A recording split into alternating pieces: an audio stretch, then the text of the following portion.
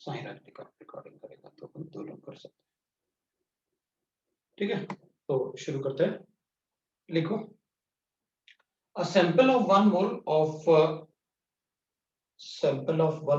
of monoatomic ideal gas। अपन को पता है अगर आप राइट ना एडियाबैटिक प्रोसेस होगा तो एटोमिसिटी गिवन होगा। A sample of 1 mole of monatomic ideal gas at 300 Kelvin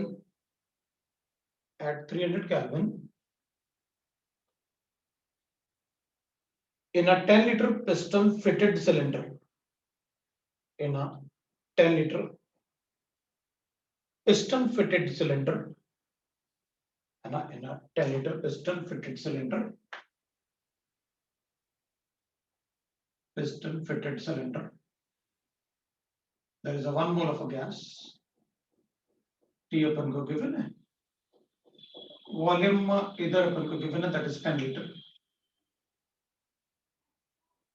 1 mole of a gas. है ना? Is expanded with the surrounding. इसका expansion करेंगे. Is expanded with the surrounding. With the surrounding maintained at 300 Kelvin. Fitted piston fitted cylinder is expanded with the surrounding maintained at 300 Kelvin to 20 liter in a 2 different ways. इसको अपन 20 liter तक expand करेंगे in 2 different ways.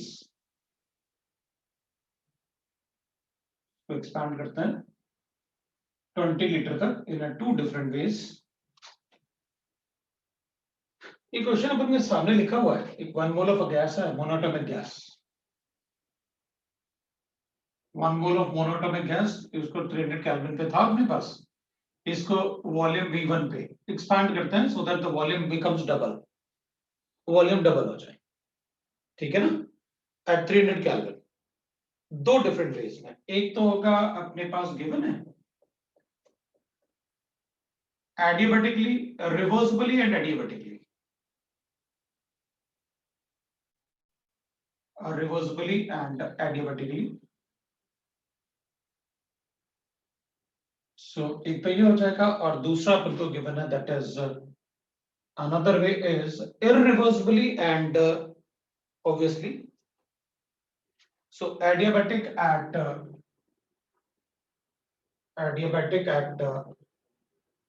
constant pressure of 0.5 atmosphere. Constant pressure of 0.5 atmosphere ये अपन को given है, right, ये अपन को given है। Monatomic gas है तो अपन को सीपी बताने की जरूरत नहीं, सीपी अपन को पता है, that is molar heat capacity. CPM लिखा हुआ है मतलब मोलर हीट कैपेसिटी। 1.5 आर मतलब 3/2 आर अपन को गिवन है। सो एक सिलेंडर था जिसमें 1 मोल ऑफ मोनोटोमिक गैस है, वॉल्यूम उसका 10 लीटर था, उसमें पिस्टन फिटेड था 300 केल्विन पे। हम इसको एक्सपैंड करेंगे सो दैट वॉल्यूम V2 हो जाएगा 20 लीटर्स एट सेम टेम्परेचर। तो इस एक्सपेंशन को हमें 2 तरीके से कैलकुलेट करना है, एक तो रिवर्सिबली और एडियाबैटिकली, दूसरा अपन को adiabatic at a constant pressure of 0.5 atmosphere. Calculate delta H, delta S system surrounding, delta S of surrounding and delta S total. ये पार्ट अपन को कैलकुलेट करना है फॉर बोथ दी प्रोसेस, ये आपको कैलकुलेट करके बताने हैं। तो ये आप बता दो कैसे कैलकुलेट करोगे। तो ये पार्ट कैलकुलेट करना है, अगर आप दोनों में से कोई एक मैं कैलकुलेट करके बता सकता हूं, जो अपन ने मॉर्निंग में पढ़ा था वैसे, अगर आप कहोगे तो मैं बता सकता हूं, ठीक है। और अगर क्वेश्चन रिपीट करना है तो रिपीट भी कर सकते हैं अपन। A sample of 1 mole of a monoatomic ideal gas at 300 Kelvin. 1 mole of monoatomic ideal gas at 300 Kelvin in a 10 liter fitted piston, in a 10 liter piston fitted cylinder is expanded right now with the surrounding maintain at temperature, temperature इतना ही maintain करेंगे और अपन ने expand किया। Surrounding का temperature 300 kelvin to 20 litre in two different ways. एक ये और एक ये, आपको ये पैरामीटर्स कैलकुलेट करने हैं दोनों केस में। तो आप कैलकुलेट करो और बताओ।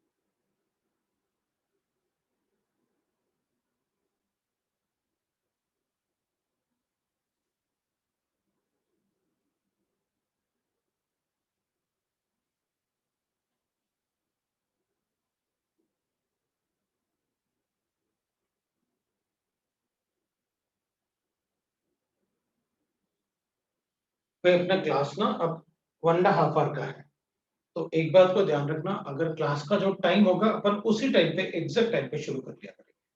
6 o'clock है तो 6 o'clock शुरू हो गया क्लास, है ना? वो तो अपन करके रखेंगे। तो अब आप बताओ, अगर आप कहोगे तो मैं सॉल्व करूंगा, नहीं तो वेट करता हूँ।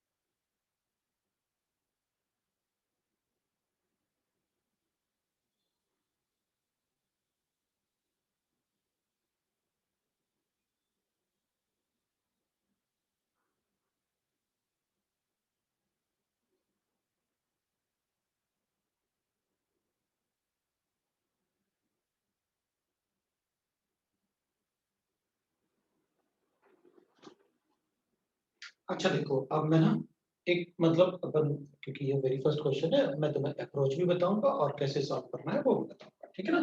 क्योंकि मॉर्निंग में ही पढ़ा हुआ है अपन ने, इसलिए मैंने कहा ये क्वेश्चन तो सॉल्व करते हैं। ये बिल्कुल ठीक है कि जैसे आपने बताया सर, आपने ये लिखा है तो डेल्टा एस टोटल तो मैं 0 लिख दूंगा, है ना? ये तो मैं 0 लिख दूंगा। दूसरी बात, आपने ये लिखा हुआ है तो मैं ये भी 0 लिख दूंगा। एडियाबैटिक मतलब आइसोलेटेड प्रोसेस, मतलब ये भी 0 है, ये 0 इसलिए है बिकॉज रिवर्सिबल है, और ये 0 इसलिए बिकॉज एडियाबैटिक है। एडियाबैटिक मतलब आइसोलेटेड प्रोसेस, उसका सराउंडिंग से कोई रिलेशन नहीं होता। अब मुझे सिर्फ ये और ये चाहिए, करूं तो 0 हो गए। अगर किसी को डाउट होगा तो वो बताएगा, मुझे कोई प्रॉब्लम नहीं है। मॉर्निंग में अपन ने पढ़ा, मैंने आपसे कहा था मॉर्निंग में अपन एंट्रोपी खत्म करेंगे। तो ठीक है, अब मुझे चाहिए डेल्टा एस ऑफ सिस्टम।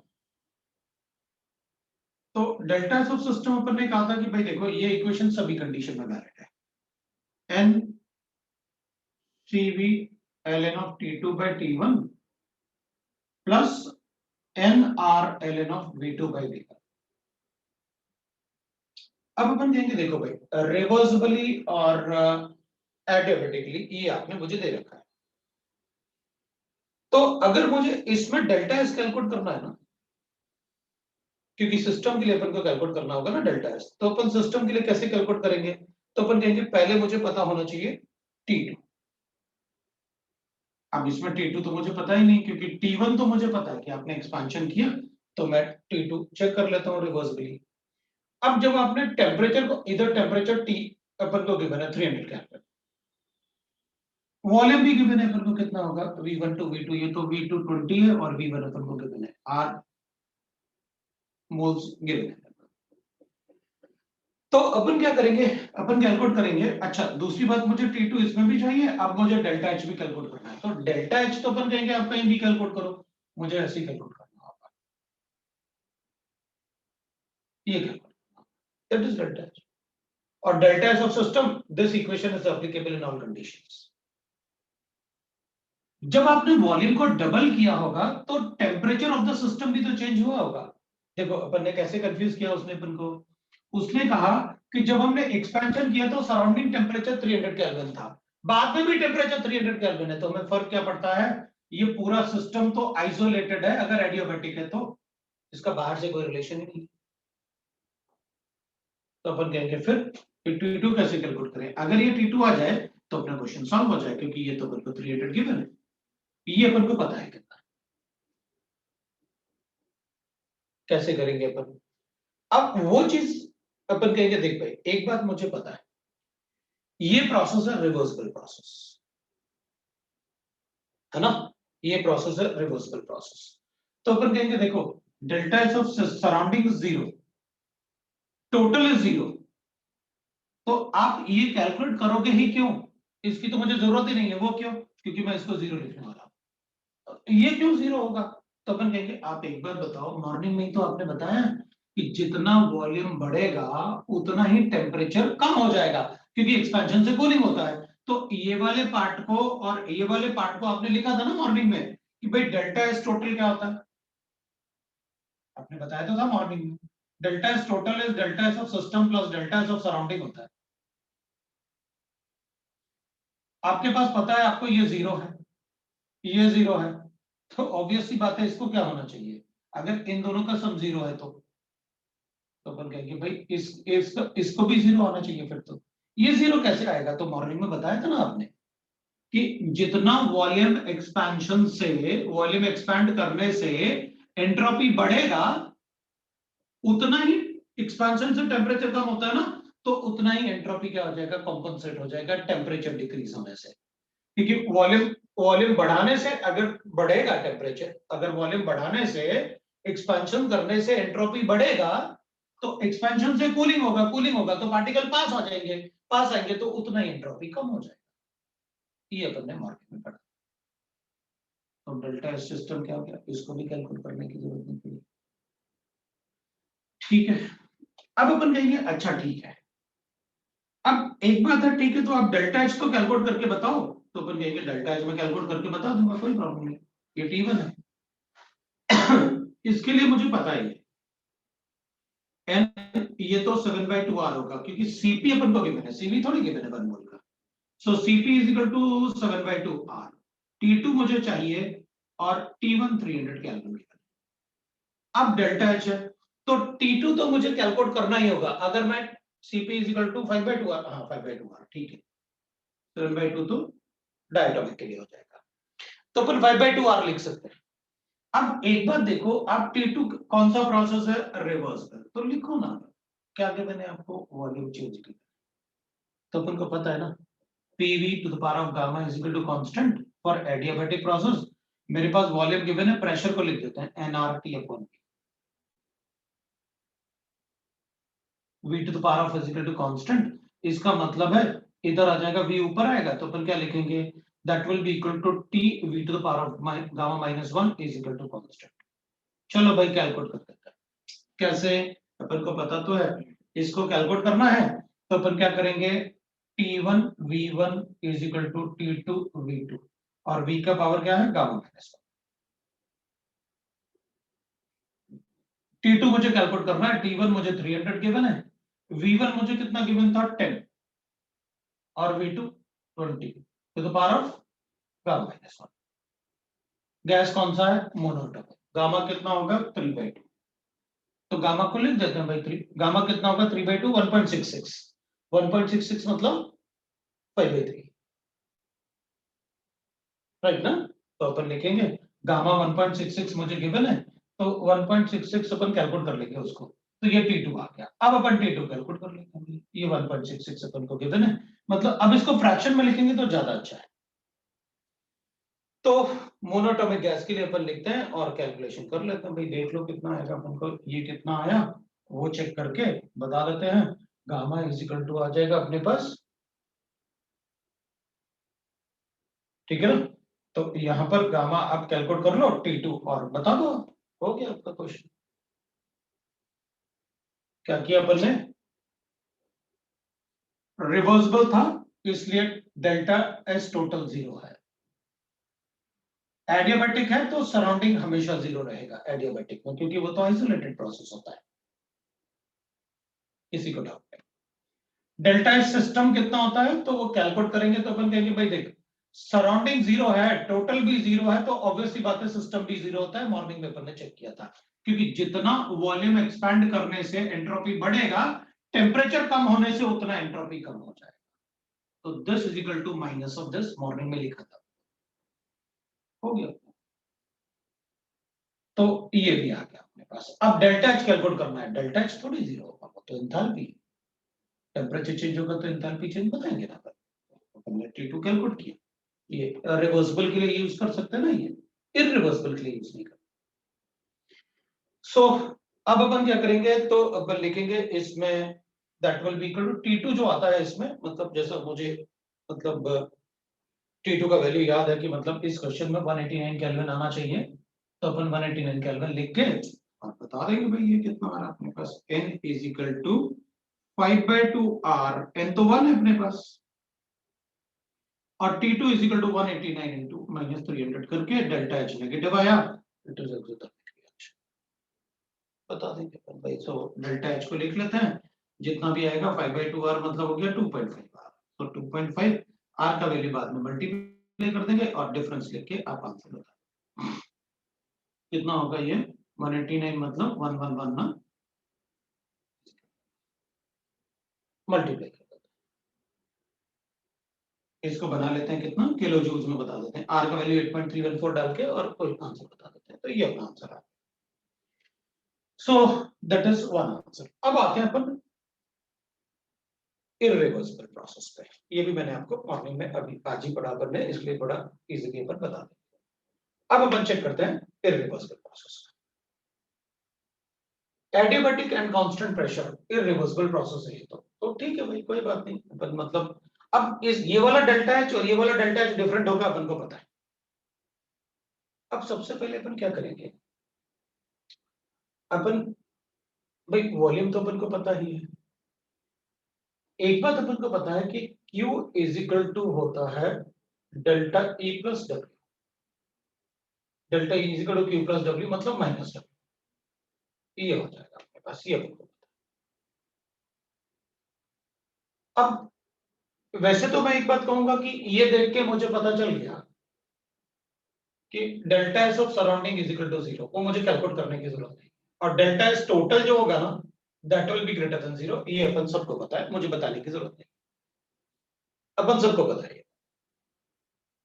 यही तो मॉर्निंग में अपन ने डिस्कस किया कि भाई delta S total irreversible, irreversible कैसे पता चला, ये लिखा है ना, कांस्टेंट एक्सटर्नल प्रेशर पे अगर एक्सपेंशन होगा तो वो इररिवर्सिबल प्रोसेस होता है, ये अपन सबको पता है।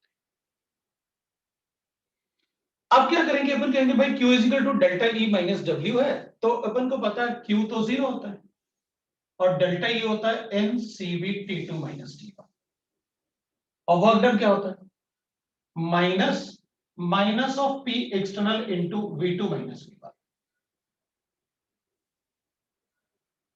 ये होता है भाई, मैं इसको हटा देता हूँ, उनको पता है डेल्टा एस टोटल 0 होता है, delta S total greater than 0 होता है फॉर इररिवर्सिबल प्रोसेस। आप कोई भी इररिवर्सिबल प्रोसेस करोगे delta S total will be greater. अब ये माइनस ऑफ माइनस लिखना था तुम, है माइनस ऑफ, क्योंकि वर्क डन तो अपन minus P external into v2 minus v1 लिखते हैं हमेशा, ठीक है। तो अपन क्या करते हैं, इसको प्लस कर लेते हैं, ठीक है भाई, लेकिन यहाँ सब्स्टिट्यूशन भी कर लेते हैं। ये 1 गिवन है अपन को, CV अपन को 1.5 R गिवन है, और ये T2 माइनस T1 अपन को 300 गिवन है, माइनस माइनस अपन प्लस कर लेते हैं, P एक्सटर्नल अपन को 0.5 गिवन है, और V2 minus V1, V2 minus V1 अपन को 20 गिवन है। ये आ गया। तो अपन इससे T2 कैलकुलेट कर लेते हैं। T2 कितना है, और T2 क्यों कैलकुलेट करें, अब अच्छा होगा क्योंकि अगर मुझे डेल्टा H बताना है तो T1 माइनस T2 ही कैलकुलेट कर लो, बाद में अगर T2 जरूरत पड़ेगा तो कैलकुलेट कर लेंगे। तो अगर ये इररिवर्सिबल प्रोसेस है तो अपन एक बात और करके रखते हैं ताकि अपन को कोई प्रॉब्लम ना हो कि भाई T2 minus T1 dash, T2 dash minus T1 है, क्योंकि इररिवर्सिबल प्रोसेस में अपन हमेशा क्या करते हैं, हाँ delta V is equal to 20, ये अच्छा वो 10 करना था अपन को, सॉरी वो 20 माइनस 10, ये 20 माइनस 10 करना था, वो 10 होगा, बिल्कुल 10 होगा भाई। अगर कोई सब्स्टिट्यूशन गलत हो तो बता देना मुझे, वो लिखा हुआ है, वैसे मैं ध्यान तो रखता हूँ, लेकिन वो 20 माइनस 10 करने की वजह मैंने डायरेक्टली लिखा तो गड़बड़ हो रहा था, चलेगा।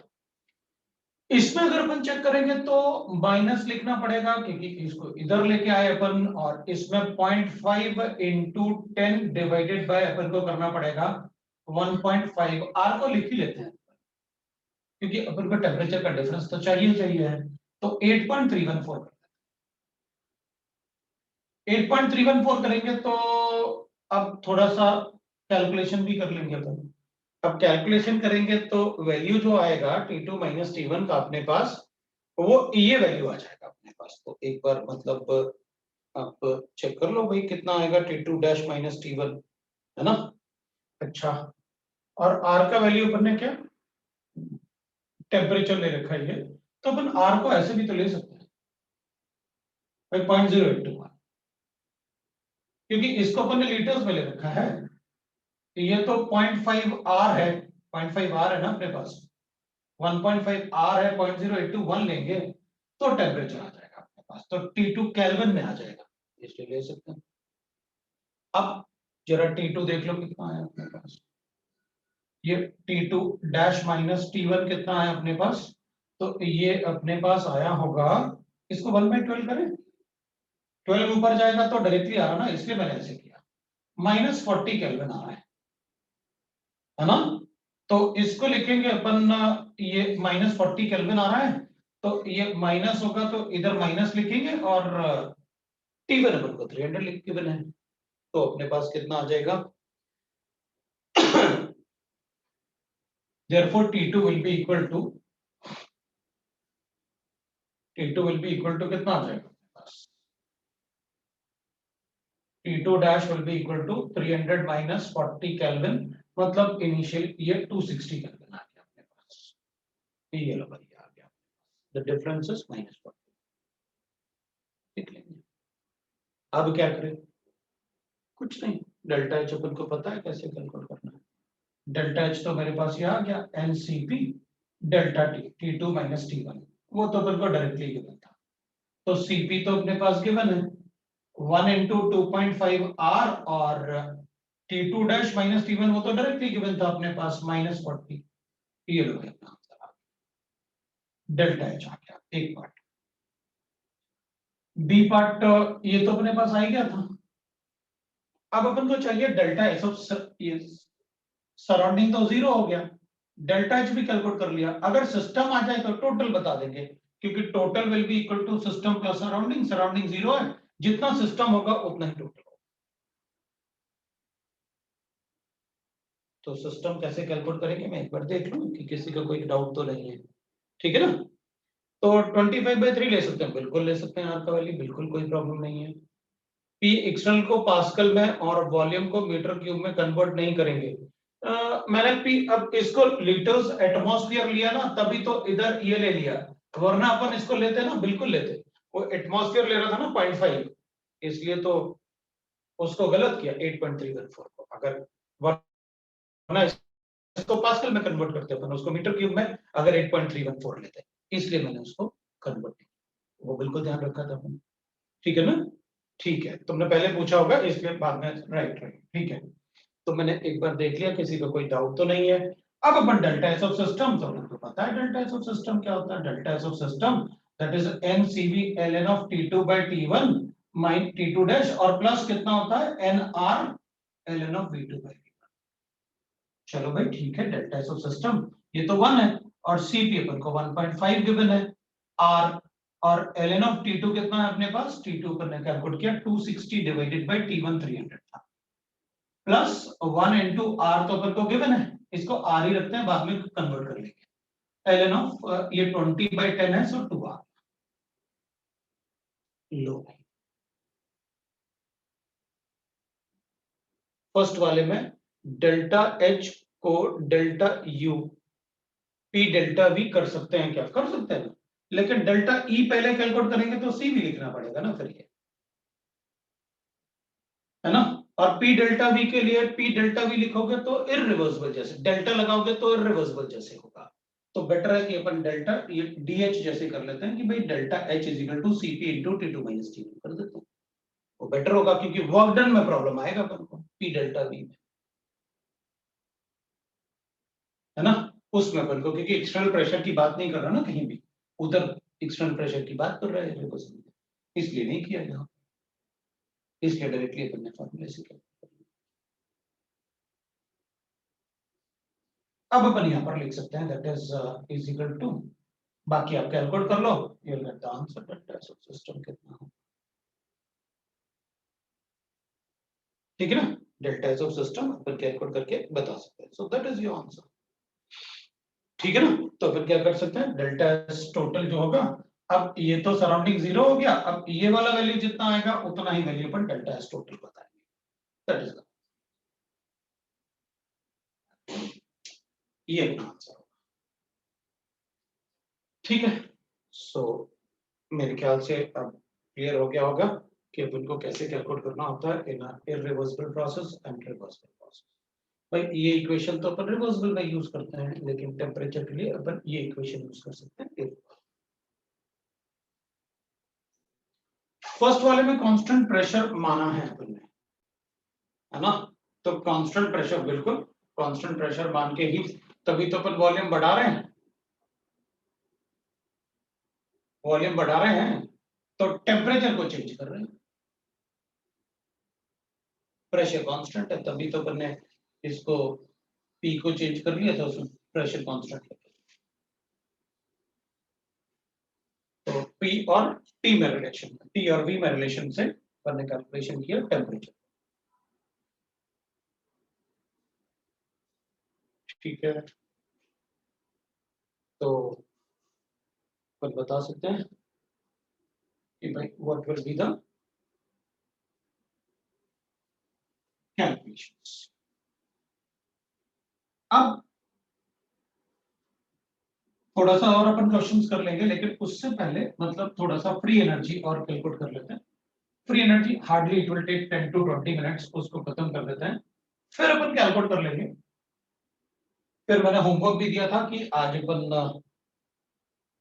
होमवर्क डिस्कस करेंगे, equal to delta H by temperature, can be use that, delta H is equal to delta S is equal to delta H by temperature, हाँ यूज करो ना, क्या प्रॉब्लम है कोई, लेकिन वो इक्विलिब्रियम में यूज हो सकता है, वो अभी अपन देखते हैं कैसे, वो डेल्टा जी में है।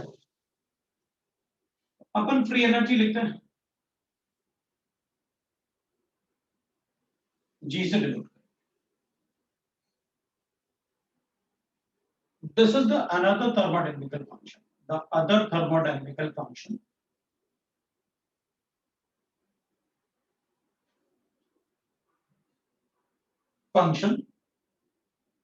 which explains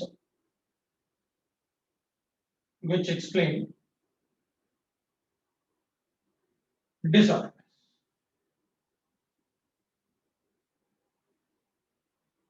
तो अपन कहेंगे भाई एंट्रोपी में भी तो आपने डिसऑर्डरनेस ही बताया था,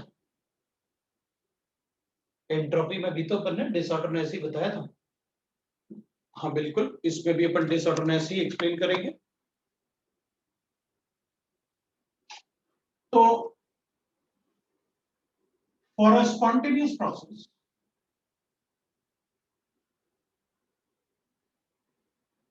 the process must have disorderness. So for any spontaneous process, जो process अपने आप हो जाए, the delta's total must be greater than 0. तो वो spontaneous है। अगर 0 हुआ तो non spontaneous, वो equilibrium है। That is a reversible process.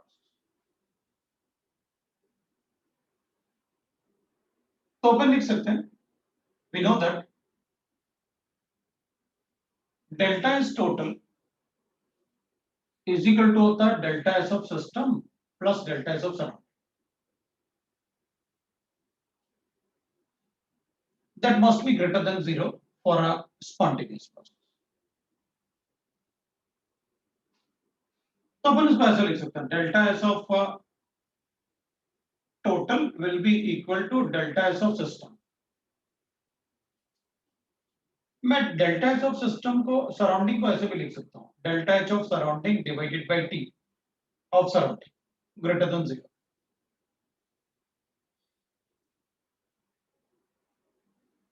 Delta S total will be equal to delta S of system plus delta H of system divided by T. मैं surrounding को ऐसे लिख सकता हूँ अगर आप नेगेटिव साइन लगा। वो कैसे? मॉर्निंग में बताया था ना मैंने कि अगर अपन को वेपराइजेशन के लिए डेल्टा एच पॉजिटिव है तो कंडेंसेशन के लिए डेल्टा एच नेगेटिव होता है। तो अपन ने लिखा था ना delta S of condensation is equal to delta H of condensation divided by T. तो अपन ने लिखा था delta S of condensation will be equal to minus delta H of vaporization divide by T, लिख सकते हैं डिवाइडेड बाय टी लिख सकते हैं।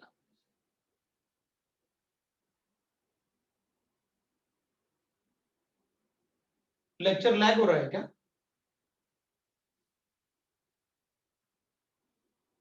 लेक्चर लैग तो नहीं होगा ना? नहीं, तो जिसके यहाँ लैग हो रहा होगा वो वापस ज्वाइन कर लेने पर तो ग्रेटर देन 0 लिख सकते हैं अपन, कोई प्रॉब्लम नहीं। Delta is total will be equal to, अपन क्या करते हैं इसको t से मल्टीप्लाई दोनों तरफ। अगर अपन t से मल्टीप्लाई करते हैं तो this will B t delta is system plus ये माइनस होगा तो अपन इसको माइनस से डेल्टा एच ग्रेटर देन 0। मैंने इसको माइनस साइन से मल्टीप्लाई कर,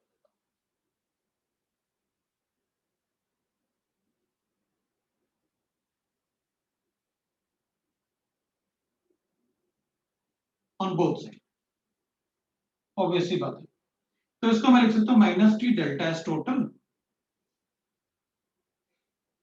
will be equal to minus T delta S system plus delta H of system. अब नेगेटिव साइन से मल्टीप्लाई करोगे तो लेस देन 0 लिखना पड़ेगा।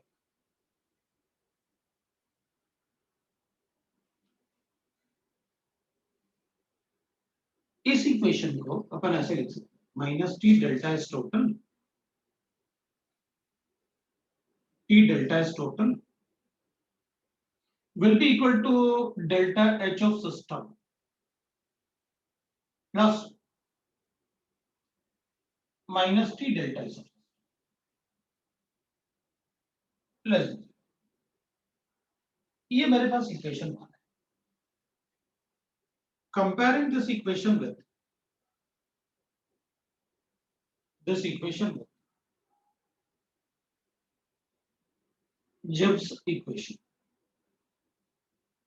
अपन ने जिब्स इक्वेशन पढ़ा हुआ है। Delta G is equal to होता है delta H minus T delta.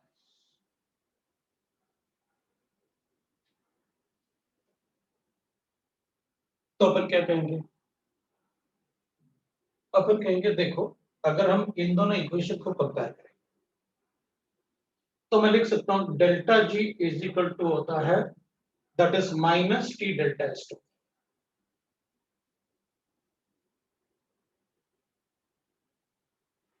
Delta G क्या होता है 10, ये डेल्टा एच ऑफ सिस्टम। हम जो भी इक्वेशन पढ़ते हैं ना उसमें ये सिस्टम होता है, ये भी सिस्टम होता है। तो फ्री एनर्जी का ये फायदा है कि हम सिस्टम के बेसिस पे स्पॉन्टेनिटी बता सकते हैं, मतलब हमें सराउंडिंग से डील नहीं करना है, हम सिर्फ सिस्टम को लेके ये बता सकते हैं कि कोई भी प्रोसेस स्पॉन्टेनियस है या नहीं है। कैसे? हमको पता है फॉर स्पॉन्टेनियस प्रोसेस ये क्या होना चाहिए, ग्रेटर देन जीरो, मतलब पॉजिटिव। तो अपन कहेंगे इसका मतलब है कि डेल्टा जी अगर नेगेटिव है, अगर किसी प्रोसेस में कैलकुलेशन के लिए अगर डेल्टा जी का वैल्यू नेगेटिव आया, इसका मतलब वो spontaneous process. For spontaneous process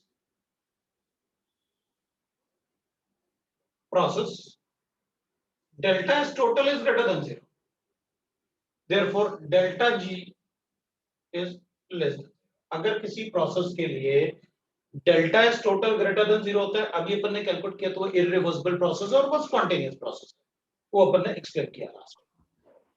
तो अगर delta S total greater than zero है तो डेल्टा जी लेस देन जीरो होगा, तो प्रोसेस स्पॉन्टेनियस। एक बात अपन सबको at equilibrium the only condition, पहले अपन इसमें एक बात और देख लें, the only condition is, the only condition क्या है कि आप इस इक्वेशन और इस इक्वेशन को जब कंपेयर कर रहे हो ना तो आप डेल्टा एच की बात कर रहे हो, डेल्टा यू की बात नहीं कर रहे हैं, डेल्टा इंटरनल एनर्जी की बात नहीं कर रहे हैं। इसका मतलब है कि प्रेशर को कांस्टेंट होना चाहिए, क्योंकि मैं डेल्टा एच को तभी कैलकुलेट कर पाऊंगा ना जब प्रेशर कांस्टेंट, मतलब जो भी कैलकुलेशन आप करो वो कांस्टेंट प्रेशर पर होनी चाहिए,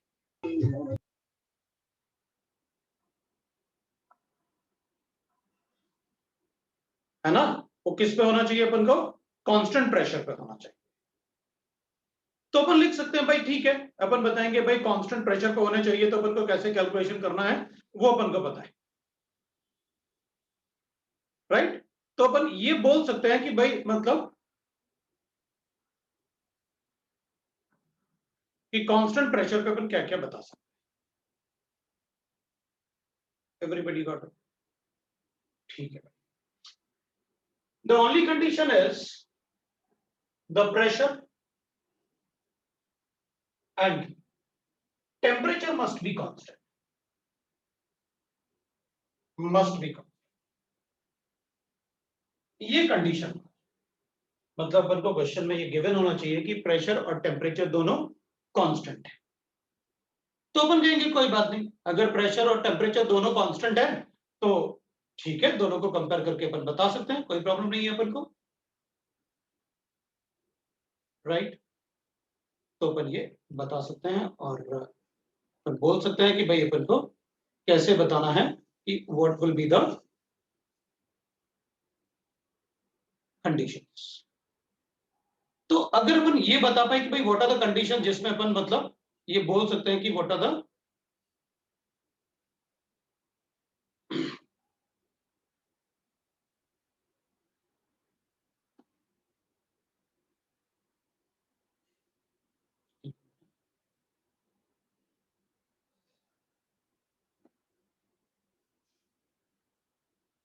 तो अपन बता सकते हैं कि भाई इसमें ना ये टी टेम्परेचर कांस्टेंट होना चाहिए, टेम्परेचर को कांस्टेंट होना चाहिए, टेम्परेचर को कांस्टेंट होना चाहिए, और डेल्टा एच यूज कर रहे हैं तो प्रेशर को भी कांस्टेंट,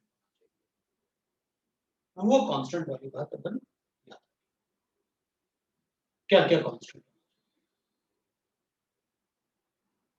ठीक है।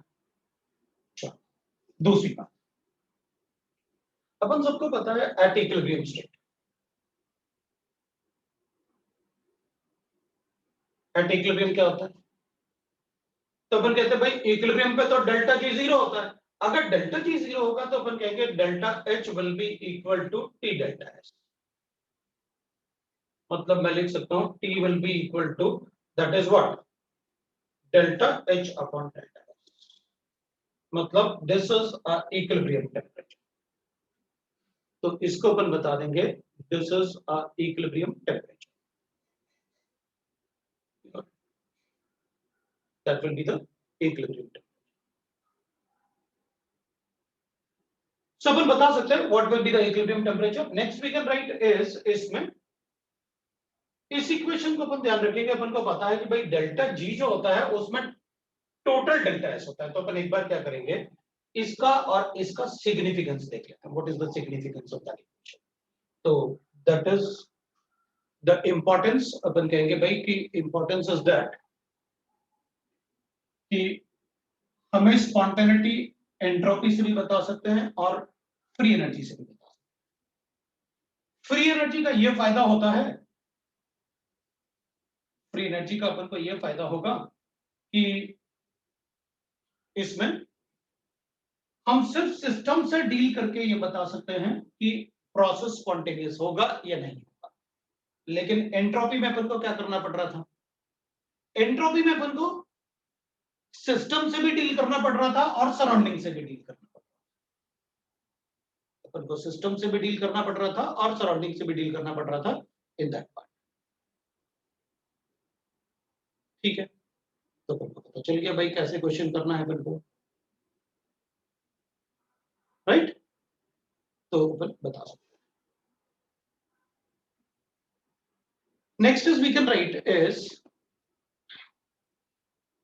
बोल सकते हैं दैट इज कि अब इसके एप्लीकेशन की बात करते हैं। पहले तो अपन सिग्निफिकेंस की बात कर लेते हैं। एक बार मैंने पहले आपको सिग्निफिकेंस बताया हुआ है केमिकल इक्विलिब्रियम कि what is the significance of this equation, free energy.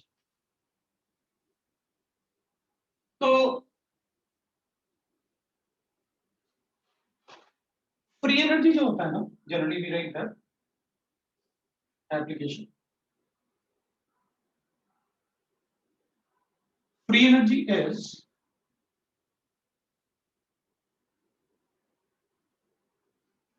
is the energy present with the system,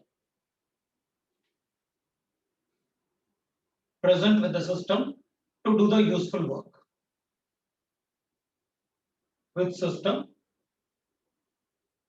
to do the useful work। वो वर्क डन करने के लिए जो अपन यूज करते हैं उसको अपन free energy, right, which is used to do the useful work, उसको अपन फ्री एनर्जी बोलते हैं। ठीक है, तो अपन कहेंगे भाई ठीक है, एप्लीकेशन में तो वेरी फर्स्ट एप्लीकेशन अपन लिखते हैं इसके लिए, कहां से देता हूं, सभी मेरे हाथ में आ गया था। तो अपन क्या करेंगे, पहले तो अपन एप्लीकेशन में पढ़ लेते हैं significance of equation of delta G is equal to delta H minus T. वैसे अपन ने एक बार इसको डिस्कस किया हुआ है, कैसे, अपन ने क्या देखा भाई, this is the total energy exchange in the system in any form, signifies the total energy present with any system, present with any system, that is the total energy present with any system,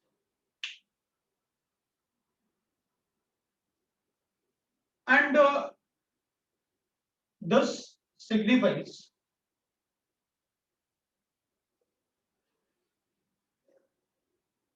the energy in form of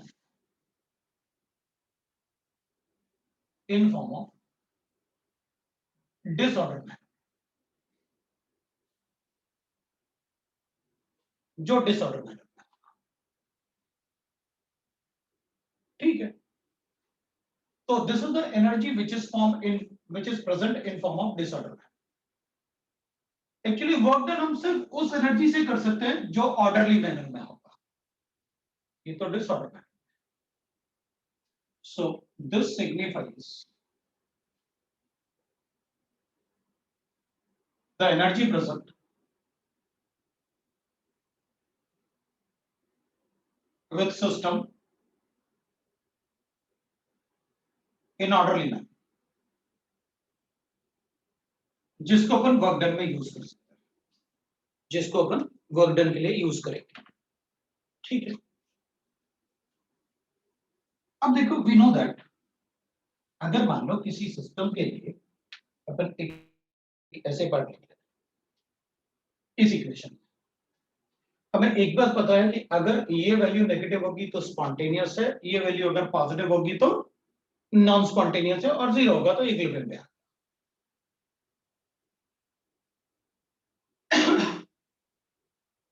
तो zero वाले को क्या बोले, spontaneous या non spontaneous? तो obviously बात है non spontaneous. तो अपन कहेंगे देख भाई फॉर प्रोसेस, ये अलग अलग प्रोसेस की बात, if delta H is less than zero, ये नेगेटिव है, and delta S is greater than zero, और ये पॉजिटिव है, ये वाला पार्ट मल्टीप्लाई करूंगा तो ये वाला पार्ट भी नेगेटिव है, और ये वाला पार्ट आपने नेगेटिव दे रखा है, मतलब आप कुछ भी करो ये टोटल जो होगा वो नेगेटिव ही आएगा। मतलब ऐसा प्रोसेस जो एक्सोथर्मिक भी है और उसमें डिसऑर्डरनेस बढ़ रहा है वो हमेशा स्पॉन्टेनियस है, क्योंकि उसके लिए डेल्टा जी का वैल्यू हमेशा negative, right? Then delta G is negative always and it is spontaneous process. So always spontaneous. ये प्रोसेस हमेशा स्पॉन्टेनियस है। अगर मान लो कि दूसरे प्रोसेस में अपन को गिवन है if delta H is negative, ठीक है भाई ये नेगेटिव हो जाएगी, and delta S is that is negative, तो अपन कहेंगे देखो भाई इस केस में अब क्या होगा, मैं ये वाला पार्ट हटा देता हूं, अपन को समझ में आ गया, ये मैंने पहले भी बताया कि क्या होता है, व्हाट डज इट सिग्निफाइज, है ना, वो पहले भी बताया what is the significance of that equation, है ना, delta G is equal to delta H minus T delta X. अब अगर मान लो अपन को ये वैल्यू गिवन है नेगेटिव, और ये वैल्यू अपन को गिवन था क्या, ये भी नेगेटिव था, अगर मुझे ये वैल्यू मान लो -8 गिवन है, तब तो टेम्परेचर से मल्टीप्लाई करके ये वैल्यू मेरे पास पॉजिटिव आने वाली, तो डेल्टा जी पॉजिटिव भी हो सकता है भाई, अगर ये वैल्यू -10 जो है वो इस वैल्यू से, अगर ये माइनस माइनस प्लस हो जाएगा ना अपने लिए, तो ये वैल्यू प्लस में आने वाला है, तो -10 और ये वैल्यू, मतलब ये वाला वैल्यू छोटा होना चाहिए। अगर इन दोनों का प्रोडक्ट छोटा रहेगा, इन दोनों का प्रोडक्ट -10 से छोटा होगा, अगर उन दोनों का प्रोडक्ट -10 से छोटा होगा,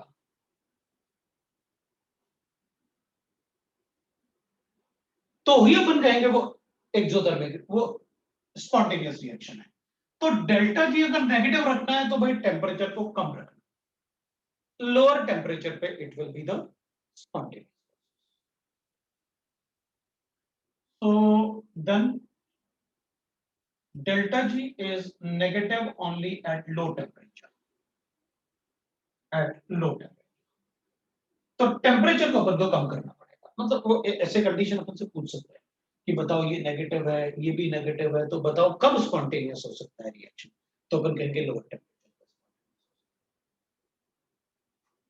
और अगर मान लो अपन ने कहा भाई देखो if delta H is greater than zero, मतलब ये पॉजिटिव, तो ये नेगेटिव तभी हो सकता है, ये नेगेटिव तभी हो सकता है जब ये वैल्यू डेल्टा एस को ग्रेटर देन जीरो कर लेता है, तो पॉजिटिव। तो अगर इसको नेगेटिव बनाना है तो अपन कहेंगे इस केस में, क्योंकि अब तो ये पॉजिटिव है, इसको नेगेटिव बनाना है तो टेम्परेचर को ज्यादा बढ़ा दो, टेम्परेचर को बढ़ाना चाहिए, क्योंकि टेम्परेचर बढ़ाऊंगा तो ये वैल्यू क्या हो जाएगी, बड़ी हो जाएगी, इससे माइनस वाला वैल्यू तो नेगेटिव हो जाएगा। मतलब reaction is spontaneous at high temperatures, then delta G is negative at only at high temperature. ठीक है भाई, तो अपन हाई टेम्परेचर करेंगे, मतलब अगर इस प्रोसेस को, जैसे मान लो अपने पास ऐसे गिवन है, अपन को पता है, मैं इन सब में अपन इक्वेशन भी लिख सकते हैं, कैल्शियम कार्बोनेट,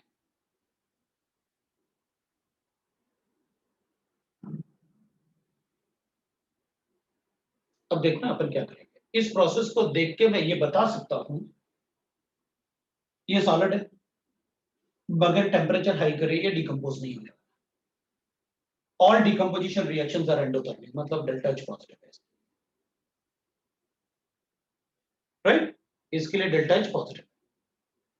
अगर इसके लिए डेल्टा एच पॉजिटिव है तो अपन कहेंगे देखो भाई इस रिएक्शन में डेल्टा एच पॉजिटिव और delta H greater than zero है, वो क्यों, क्योंकि सॉलिड से गैस में कन्वर्ट हो रहा है तो डिसऑर्डरनेस तो गैस का ज्यादा होता है ना सॉलिड से, तो ये सॉलिड बन रहा है तो हाँ, तो लेकिन प्रोडक्ट में गैसेस भी बन रहे हैं ना, गैसेस बनेंगे तो एंट्रोपी तो बढ़ेगी बढ़ेगी, अगर एंट्रोपी बढ़ेगा तो ऑब्वियस सी बात है अपन कहेंगे डेल्टा एच तो पॉजिटिव होगा, सो इस इक्वेशन में delta H greater than zero और delta S greater than zero होगा। अगर कभी भी सॉलिड से लिक्विड या लिक्विड से गैस या सॉलिड से गैस बनेगा, अपन कहेंगे डेल्टा एस रैंडमनेस बढ़ेगा।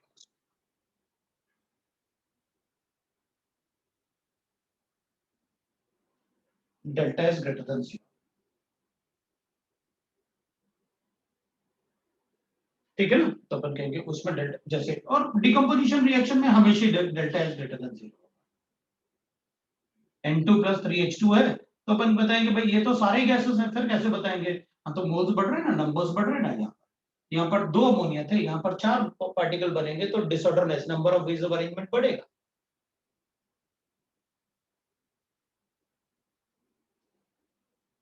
Number of ways of arrangement बढ़ेगा, और number of ways of arrangement अगर बढ़ेगा तो ऑब्वियसली बात है अपन कहेंगे क्या, इसमें एंट्रोपी बढ़ेगी, तो रिवर्स डायरेक्शन में एंट्रोपी कम, ठीक है ना, तो अपन कहेंगे हाँ, तो अब अपन बात कर रहे थे कि अगर डेल्टा एच पॉजिटिव और डेल्टा एस भी पॉजिटिव है तो इसका स्पॉन्टेनियस रिएक्शन ये कब होगा, क्योंकि कोई भी रिएक्शन मतलब बगैर डेल्टा जी नेगेटिव के कोई रिएक्शन नहीं होता, अपन को यहां भी डेल्टा जी नेगेटिव करने के लिए क्या करना पड़ा, हाई टेम्परेचर, मतलब ये प्रोसेस तभी होगा जब टेम्परेचर हाई है प्रोसेस करने, तो इस टाइप से अपन से क्वेश्चन पूछते हैं वो कि डेल्टा एस और डेल्टा एच में क्या करें कि स्पॉन्टेनियस होगा, तो अपन कहेंगे अब एक और जैसे अपन को लिखना है तो अपन कर देंगे भाई if delta H is greater than zero and delta S is less than zero, ये पॉजिटिव है और ये नेगेटिव है, मतलब दोनों ही पॉजिटिव हो जाएंगे, तो ये भी पॉजिटिव है, टेम्परेचर को कितना भी बढ़ाओ या कम करो है तो पॉजिटिव ना, और ये पहले से ही पॉजिटिव है, तो अपन कहेंगे फिर इस कंडीशन में तो हमेशा नॉन स्पॉन्टेनियस होगा, मतलब डेल्टा जी पॉजिटिव आ रहा है ना हमेशा, then delta G is greater than non spontaneous,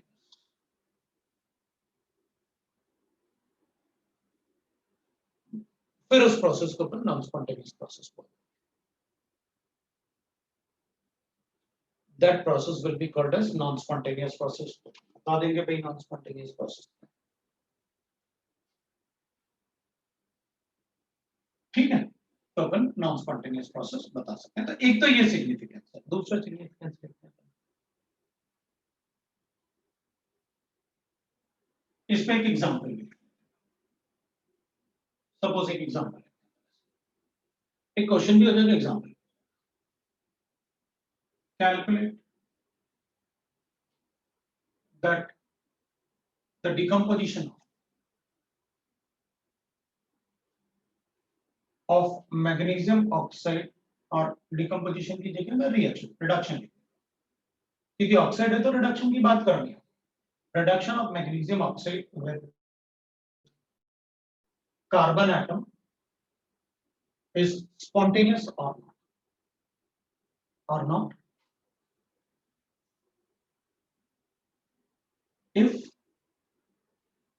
delta H is equal to 500 ले लेता हूं किलोजूल पर मोल, and delta S is given to me, that is 200 kilojoule, that is per mole, that is joules per mole at suppose I will say that 500.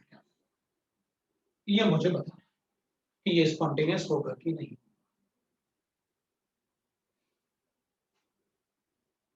Most of the time mains में इसी type का question होता है।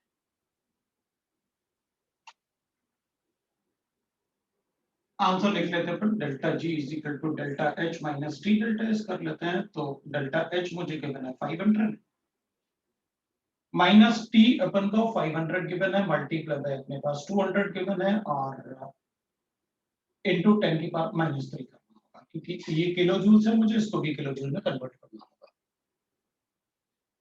ये joules में given था ना। Entropy और डेल्टा एच का हमेशा ध्यान रखो, क्योंकि वो एंट्रोपी को हमेशा जूल्स में लेते हैं और डेल्टा एच को हमेशा किलो जूल्स में लेंगे, तो वो अपन हमेशा ध्यान रखें। तो अपन कहेंगे ठीक है भाई, इसमें डेल्टा एच जो आ रहा है, delta G is coming out to be greater than 0। मेरे ख्याल से अपन कैलकुलेट कर सकते हैं सर। 500 माइनस ये 0.2 आएगा, 0.2 इनटू दिस ना, तो अपने पास 100 होगा, तो delta G is greater than non. तो अपन कहेंगे बताओ भाई कितने टेम्परेचर पे फिर ये स्पॉन्टेनियस होगा। तो अपन कहेंगे देखो भाई, अपन ऐसे करेंगे,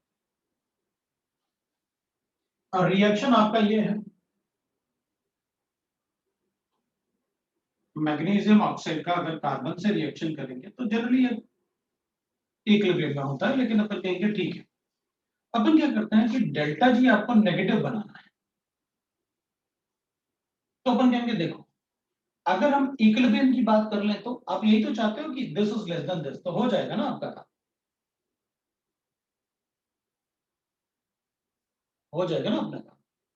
तो अपन एक काम करते हैं, इक्वेट कर लेते हैं। ये वैल्यू मुझे गिवन है भाई, ये अपन को गिवन था, अपन टी कैलकुलेट कर लेते हैं किस टेम्परेचर पे इक्विलिब्रियम आ जाएगा। कैसे, इसको 0 लिख लेते हैं, ये अपन को 500 गिवन है, 10 की पावर 3 यहीं कर देते हैं, minus T delta S, delta S अपन को इनटू 200।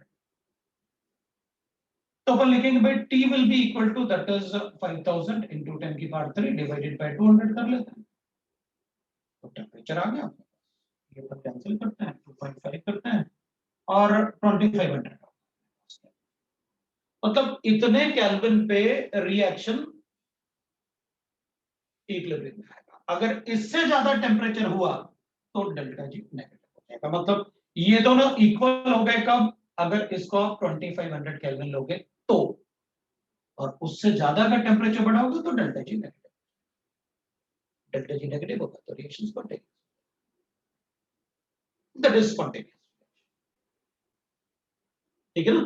तो अपन ऐसे स्पॉन्टेनियस रिएक्शन को बता सकते हैं, व्हाट इज स्पॉन्टेनियस रिएक्शन। इस टाइप से क्वेश्चन पूछ लेंगे अपन से कि इस टेम्परेचर के अबव जो भी टेम्परेचर होगा उसमें रिएक्शन अपना स्पॉन्टेनियस। ठीक है, तो इस टाइप से अपन बता सकते हैं कि रिएक्शन कब स्पॉन्टेनियस होगा। दूसरा अपन लिख सकते हैं दैट इज कि फ्री एनर्जी जो होता है delta G, that is equal to होता है वर्क डन, और जो वर्क डन होता है वो होता है minus 2.303 R T n R T log of V2 at constant temperature। we know that ये अपन ऐसे लिख सकते हैं। मतलब मैं फ्री एनर्जी को ऐसे भी लिख सकता हूँ, जो भी अवेलेबल फ्री एनर्जी है उससे वर्क डन कर सकता हूँ, और वर्क डन करूंगा तो डिक्रीज इन फ्री एनर्जी। मतलब अगर मेरे पास सपोज ऐसे अपन को गिवन है 10 जूल्स ऑफ एनर्जी है, अगर उससे वर्क डन करूंगा तो डिक्रीज होगी ना एनर्जी, इसलिए अपन कहते हैं decrease in free energy is equal to work done by the process. तो वर्क डन तो ये होता है और डिक्रीज इन एनर्जी होगा, तो वर्क डन कितना हो जाएगा, साइन को अपन कैंसिल कर लेंगे, दैट इज किसी और प्रोसेस से भी अपन इसे डिराइव कर सकते हैं, वो देखेंगे अगर अपन को जरूरत पड़ेगा। ये अपना प्रेशर वॉल्यूम वर्क डन होगा। इलेक्ट्रिकल वर्क डन भी करते हैं बट वो इलेक्ट्रोकेमिस्ट्री में देखिएगा, द इलेक्ट्रिकल वर्क, इसको अपन इतना ही। Third we can write that is coupling of reaction,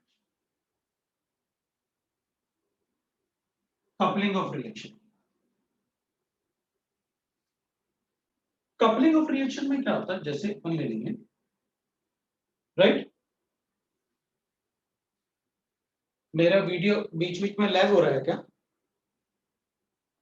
मेरा वीडियो बीच बीच में लैग हो रहा है क्या,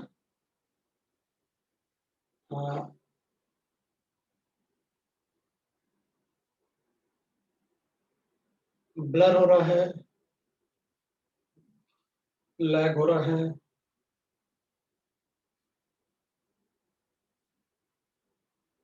बीच बीच में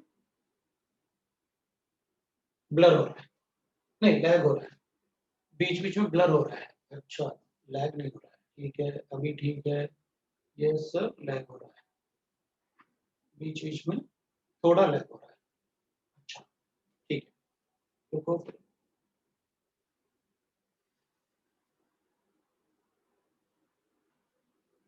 ओपन कर, ठीक है तो अभी इधर लैग होगा तो बताना है, अब थोड़ा ठीक है, अब थोड़ा ठीक है, मतलब लैग नहीं हो रहा है या मतलब कैसे, अभी ठीक है, चलो अगर बीच में कुछ होता है तो तुम मुझे बता देना, अपन उसको ठीक कर लेंगे। कपलिंग ऑफ रिएक्शन का मतलब है, अच्छा वीडियो कभी लैग नहीं हुआ, कोई बात नहीं चलेगा, अब देखो मतलब अभी सब कुछ चेंज हुआ ना, सब तुम लोगों को सबको पता है, अब मतलब थोड़ा सा ठीक ठाक हो जाएगा, एक दिन थोड़ा टाइम लगेगा अपन को, ठीक है, ब्लर भी नहीं होगा, उस सेटिंग अपन को थोड़ी चेंज करनी पड़ेगी ना, हाँ वो ब्लर मेरे ख्याल से अगर होगा तो ब्लर क्यों होगा, मुझे समझ नहीं, तो लैपटॉप भी मतलब ऐसे कर रहा होगा, मैं तो उसको टच भी नहीं कर रहा। दूसरी बात ये कि मैंने अब डोर ओपन कर दिया, हो सकता है मतलब वाईफाई ठीक ना चल रहा हो, तो अपन ने उसको बना लिया, अगर कोई प्रॉब्लम होगा तो तुम मुझे बता। तो कपलिंग ऑफ रिएक्शन की अगर अपन बात करेंगे ना, तो कभी कभी जैसे अगर मान लो अपने पास गिवन है, तो पहले अपन थोड़ा सा एक सेंटेंस लेंगे, sum of the reaction,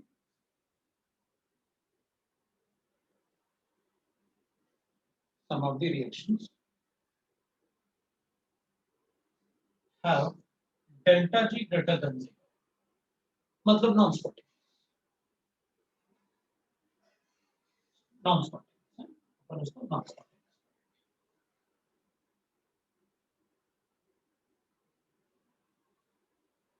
these reactions are coupled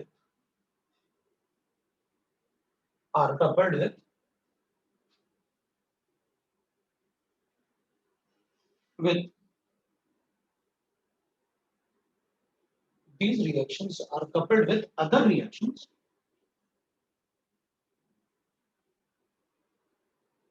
which have delta G negative, so that the overall reaction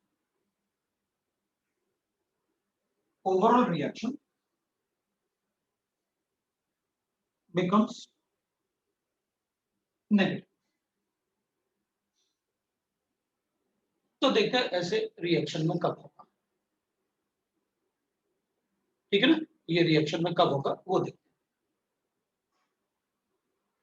तो मेरे पास एक एग्जांपल है और वो एग्जांपल अपना काफी अपने लिए इंपॉर्टेंट भी होता है, एग्जाम्पल पे भी ध्यान देना, मतलब जो भी एग्जाम्पल लेंगे, तो अपन कहेंगे मान लो मेरे पास ऐसे, अगर मेरे पास ऐसे क्यों बना कि भाई Fe2O3 है, इसको मैं डिकम्पोज करता हूं twice of Fe plus 3/2 O2। तो इसके लिए जो डेल्टा जी आएगा ना मेरे पास Fe2O3 में, तो इट विल बी प्लस 1489 होता है एग्जैक्टली, अपन 1500, तो बहुत ज्यादा है, होना भी चाहिए भाई। आप सीधा सीधा हेमेटाइट को डिकम्पोज करने की बात कर रहे हो, ऐसे थोड़ी हो जाए।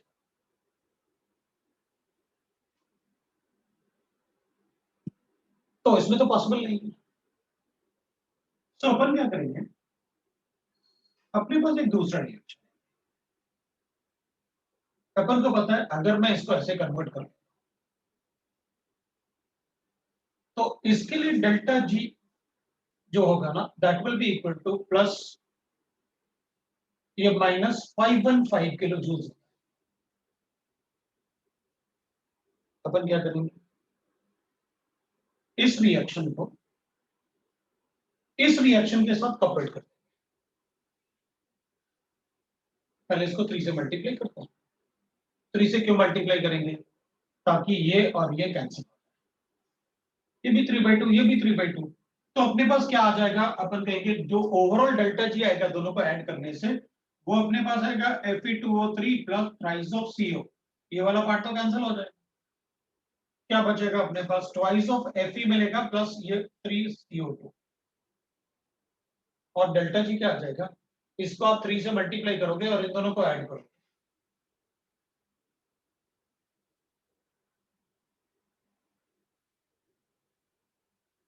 3 डेल्टा जी।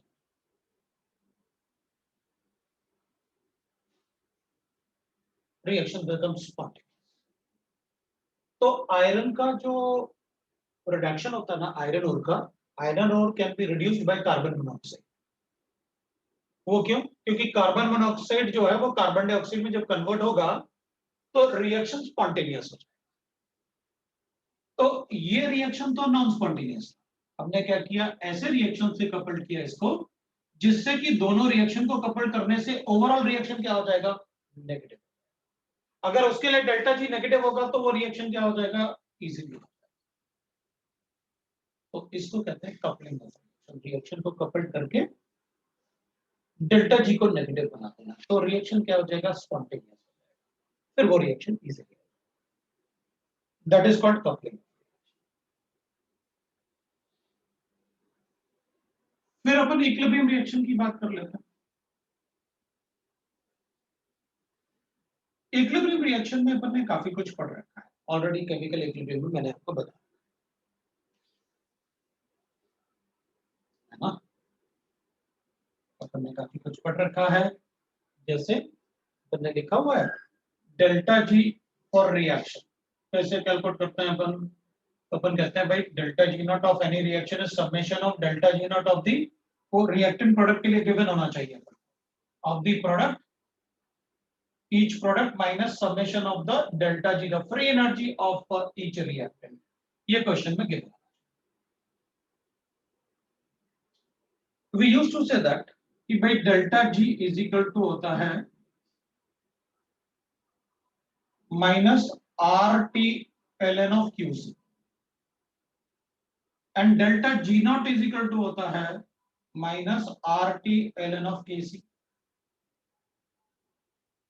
इस इक्वेशन में अपन को पता है KC is independent of unit, उसका कोई यूनिट नहीं होता। ये इक्वेशन QC से रिलेट होता है, ये KC से, delta G not is related to KC। ये इक्विलिब्रियम पे होगा अगर अपन KC लिखेंगे। The reason is at equilibrium state delta G zero होता है, डेल्टा G नॉट जीरो नहीं। इक्विलिब्रियम स्टेट पे डेल्टा G जीरो होता है, डेल्टा G नॉट जीरो नहीं होता। और अपन ने पहले लिखा था delta G is equal to होता है delta G not minus delta G used. Delta G अपने पास लेफ्ट, ये total delta G। Delta G total का मतलब हो गया स्टैंडर्ड फ्री एनर्जी, मतलब maximum free energy of any process. अगर हम थोड़ा एनर्जी यूज करेंगे तो ये बचा हुआ एनर्जी। अपन कहेंगे अगर किसी सेल के पास बचा हुआ एनर्जी 0 हो जाए, इसका मतलब है ये दोनों बराबर हो जाएंगे और वो सेल या वो प्रोसेस इक्विलिब्रियम पे आ जाए। अगर डेल्टा जी लेफ्ट 0 हो जाए तो ये दोनों बराबर हो जाएंगे और ये वाला पार्ट जो अपन ने लिखा था that is nothing but minus R T L N of. तो जब ये 0 होगा तो वो क्यूसी क्या बन जाएगा, केसी। तो delta G not is equal to हो जाएगा केसी। दैट थोड़ा सा अपने केमिकल इक्विलिब्रियम में भी डिस्कस किया। So that is about the equilibrium reactions. If delta G naught is 0, then Kc is equal to 1. If delta G naught is less than 0, then Kc is greater than 1. Obviously बात है, अगर ये negative होगा तो इसका मतलब है ये वैल्यू पॉजिटिव रहा होगा तभी तो ये वैल्यू नेगेटिव आया है। और delta G naught is greater than 0 इसका मतलब है then Kc is less than 1. ये को इक्वेशंस अपन लिख के बता सकते। So that is about equilibrium। और जो अपन ने केमिकल इक्विलिब्रियम में जो पार्ट पढ़ा वो भी आप इसमें यूज कर सकते हैं। केमिकल इक्विलिब्रियम में अपन ने ये भी पढ़ा था, delta G not is equal to delta H naught minus T delta S, ये भी पढ़ा था। तो डेल्टा जी नॉट तो minus R T L N of K C होता है और delta H naught minus T delta S. तो मैं इसको लिख सकता हूं L N of K C will be equal to that is delta H not divided by R T, minus लिख लेता हूं और प्लस कर लेता हूं इसको, what is that is P divide करूंगा तो delta S not divided by R T. This will be equal to y equal to mx plus.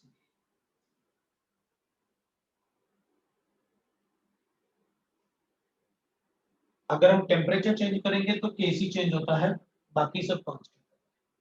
What is the intercept, we know that. How to draw the graph, you know that.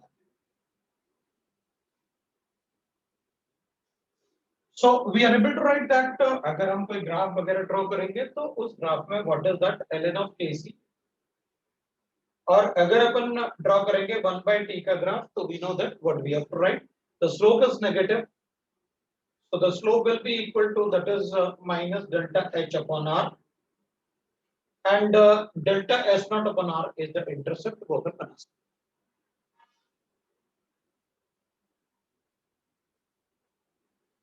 वहां भी मैंने पहले कहा था कि इसको log केसी given है या ln केसी गिवन है उसके हिसाब से आप 2.303 को यूज कर लेना, वो आप ध्यान रखना, वो आपको ध्यान रखना पड़ेगा,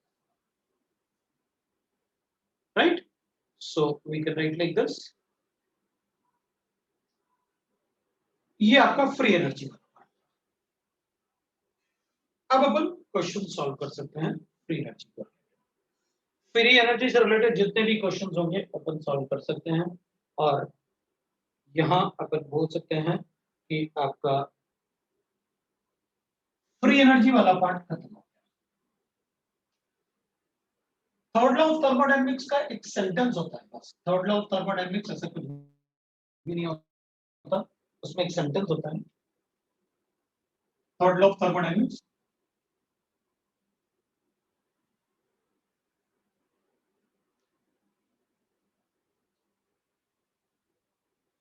Third law of thermodynamics, we used to say that the entropy of all the crystalline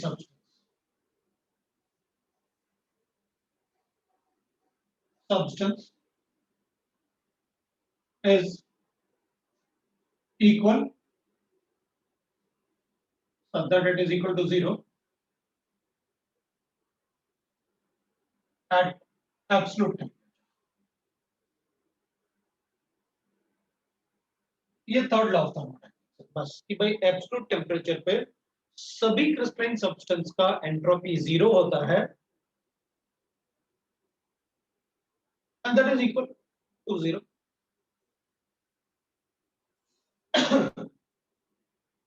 there are few exceptions जिनका एंट्रोपी जीरो नहीं है. So molecules which do not have zero entropy,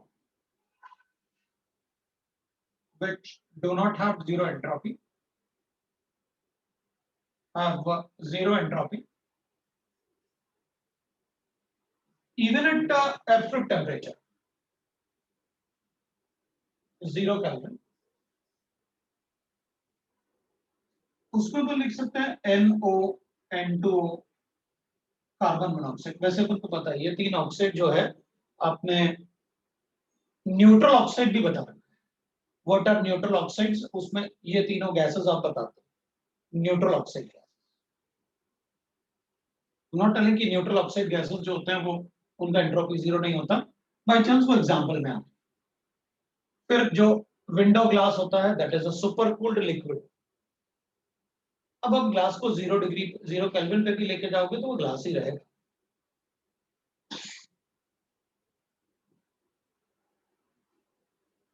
ये कुछ एग्जांपल्स हैं जो कॉमनली अपन से पूछ लेते हैं कि which of the following will not have entropy equal to 0 at even at absolute temperature. तो अपन बता थोड़ा याद रखें. This is about the thermodynamics part जो अपन को पता होना चाहिए.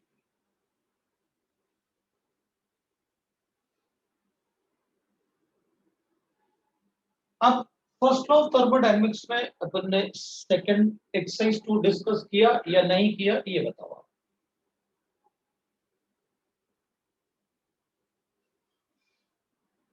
फर्स्ट लॉ ऑफ थर्मोडायनेमिक्स में हमने एक्सरसाइज 2 डिस्कस नहीं की.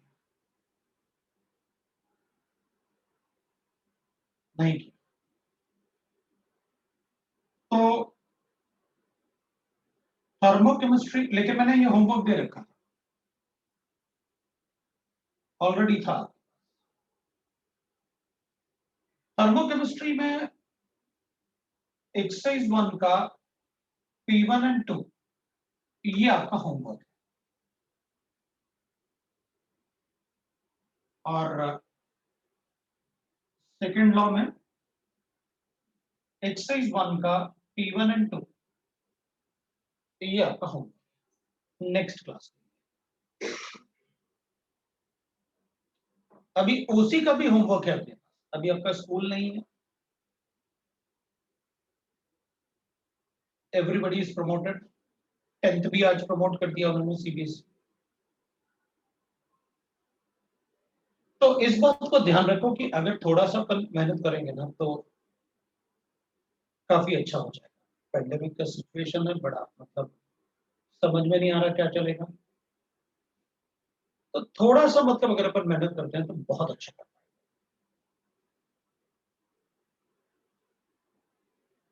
ठीक है ना. तो उसको आप सॉल्व करो. हार्ड कॉपी आपको एक्सरसाइज 1 का पार्ट 1 पार्ट 2 बनाना है. इसलिए मैंने आपको होमवर्क दिया कि आप हार्ड कॉपी में उसको लिखो. तो मैं सेंटर से ले लूं. ठीक है ना.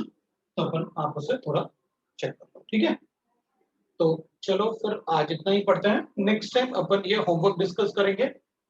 पहले ओसी का एक्सरसाइज 1 का पार्ट 2 और उसके बाद फिर ये होमवर्क डिस्कस करेंगे. सो होमवर्क डिस्कशन है अपना next class.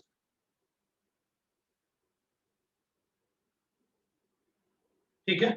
So that is all. Submit कैसे करना है मैं बताऊंगा आपको. राइट. चलो ठीक है. ओसी का होमवर्क पहले डिस्कस करेंगे.